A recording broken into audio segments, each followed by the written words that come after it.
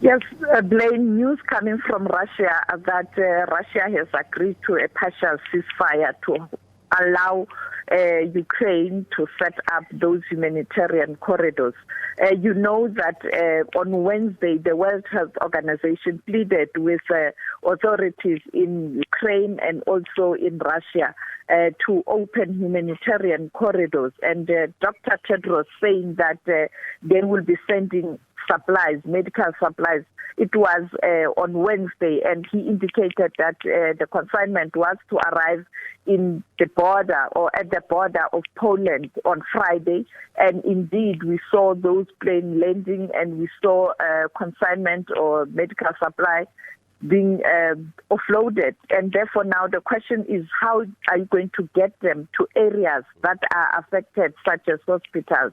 Because in terms of the laws, international laws during war and treaties, you cannot touch the health infrastructure, but also you have to allow food and humanitarian assistance. And therefore, it's a partial ceasefire that will include for countries to be able to assist their citizens to leave Ukraine. We know that India yesterday indicated that they still have a huge number of their citizens, students in particular, who are still trapped in Ukraine, and they were 60 kilometers to the nearest border, and therefore they can't walk, because if they walk, they are likely to be casualties, or they might be caught on a crossfire.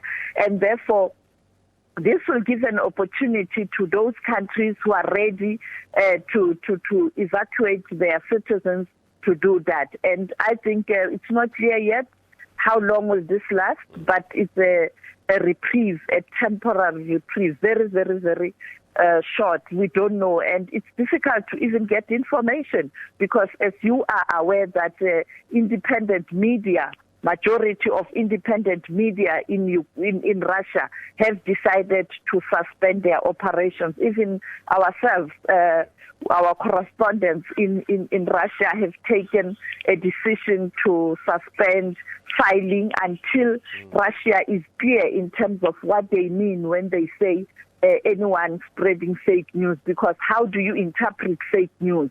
For Russia, certain information might be construed as fake news, and therefore it's going to be now difficult to get information from Russia. On the other hand, you have these sanctions that have been imposed on the state media, your RT, that is very pro-Russian government. So you can't get information with ease now. But these are the news. And of course, countries such as China will be first to get such news, because they have strong and also healthy relations, as we speak, with China. And it is for that reason China news agency, CGTN and others are reporting this information. Give us a state of play, Sophie, with regards to what was said yesterday at the United Nations Security Council. Strong words.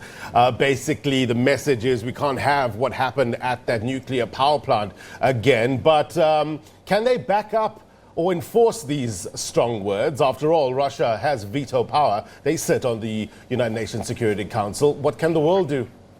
Well, the statement gives an indication that the countries will not tolerate what transpired. And I think the message did arrive in Moscow. And that is why this morning and late last night, early hours of this morning, we had the news that President Putin is saying he's not declaring war with neighbors.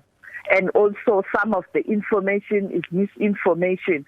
And we know that countries such as China, who are friends with Russia, did express their views in terms of what they feel about an attack at that nuclear plant. And China indicated that Russia must do everything in its power to protect that nuclear power station, which is the largest in Europe, because it can affect not only Ukraine, but almost the entire Europe and other countries as well. And it can be a disaster. I mean, you know what happened during Hiroshima, and we don't want to see that. And that can lead to a third world war. And you can see that that message did reach Moscow. And now this morning with the ceasefire for those who want to leave. But the question is, sometimes when that ceasefire is declared, you want everyone to be out so that you can do as you wish. Because when you have citizens of respective countries, if they are being killed in that country where you are directed the attack to, you will be held accountable, for the death of those citizens from other countries.